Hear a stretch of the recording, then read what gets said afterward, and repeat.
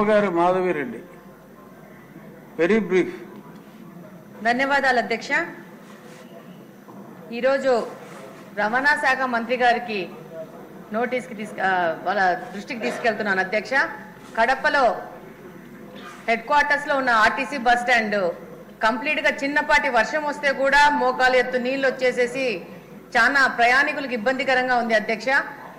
నేను కనుక్కుంటే అది రిపేర్ ఎవరు చేస్తారు, దాని డ్రైనేజ్ వ్యవస్థ ఎలా చేస్తారంటే ఎవరికి కోఆర్డినేషన్ లేకుండా మాది కాదు అన్నట్టున్నారు అధ్యక్ష. కానీ కనుక్కుంటే ప్రతి ఒక్క ప్రయాణికుడి దగ్గర 5 రూపాయలు సెజ్ వసూలు చేస్తూ ఈ బస్టాండ్ డెవలప్మెంట్ కు దాంట్లో సమస్యల పరిష్కారానికి ప్రయాణికుల సౌకర్యం కోసం వసూలు చేస్తున్నారని తెలిసింది అధ్యక్ష.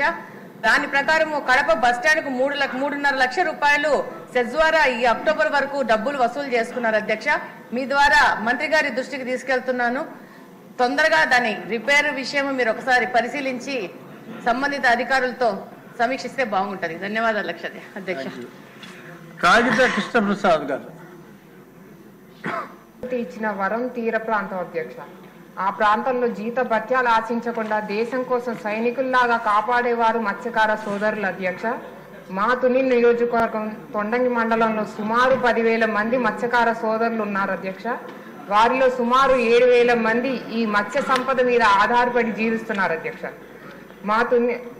మా నియోజకవర్గంలోని మత్స్యకార సోదరుల తరపున మీ ద్వారా గౌరవ మంత్రి గారికి నేను విజ్ఞప్తి చేస్తున్నాను సార్ అధ్యక్ష.